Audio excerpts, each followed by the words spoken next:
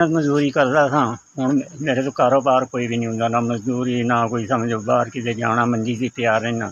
ਤੁਹਾਡੀ ਬਹੁਤ ਬਹੁਤ ਮਿਹਰਬਾਨੀ, ਸਾਡੀ ਮਦਦ ਕਰੋ ਗਰੀਬਾਂ ਦੀ।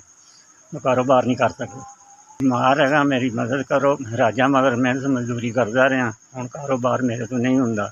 ਵਡੇਰਾ ਹੋ ਗਿਆ, ਹੁਣ ਮਜ਼ਦੂਰੀ ਮੈਂ ਨਹੀਂ ਕਰ ਸਕਦਾ ਮਿਸਤਰੀਆਂ ਮਗਰ। ਅਤੇ ਤੁਸੀਂ ਸਾਡੀ ਮਦਦ ਕਰੋ।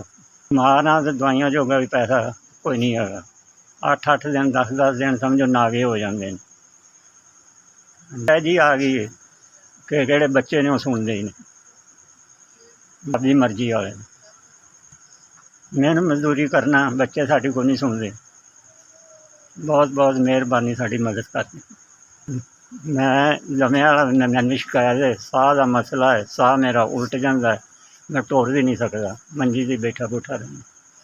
ਅਤੇ ਉਹ ਬੱਚਾ ਕੋਈ ਸਾਨੂੰ ਪਾਣੀ ਪੂਣੀ ਪਿਆ ਦਿੰਦਾ ਹੈ। ਅਤੇ ਤੁਹਾਡੀ ਮਿਹਰਬਾਨੀ ਮਦਦ ਕਰੋ, ਅਤੇ ਤੁਹਾਡੇ ਵਾਸਤੇ ਦੁਆ ਕਰਾਂਗੇ।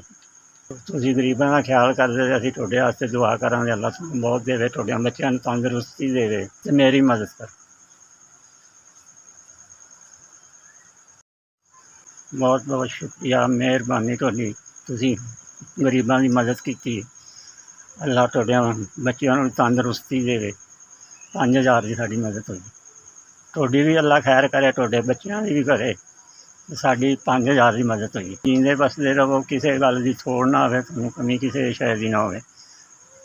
ਅੱਲਾ ਵਾਸਤੇ ਮਦਦ ਕੀਤੀ ਹੈ, ਗਰੀਬਾਂ ਦੀ ਮਦਦ ਕੀਤੀ ਹੈ, ਬਹੁਤ ਮਿਹਰਬਾਨੀ, ਤੁਹਾਨੂੰ ਕਿਸੇ ਸ਼ੈ ਦੀ ਥੋੜ੍ਹ ਨਾ ਹੋਵੇ। ਜੀਂਦੇ ਵਸਦੇ ਰਹੋ, ਬਹੁਤ ਮਿਹਰਬਾਨੀ, 5000 ਦੀ ਮਦਦ।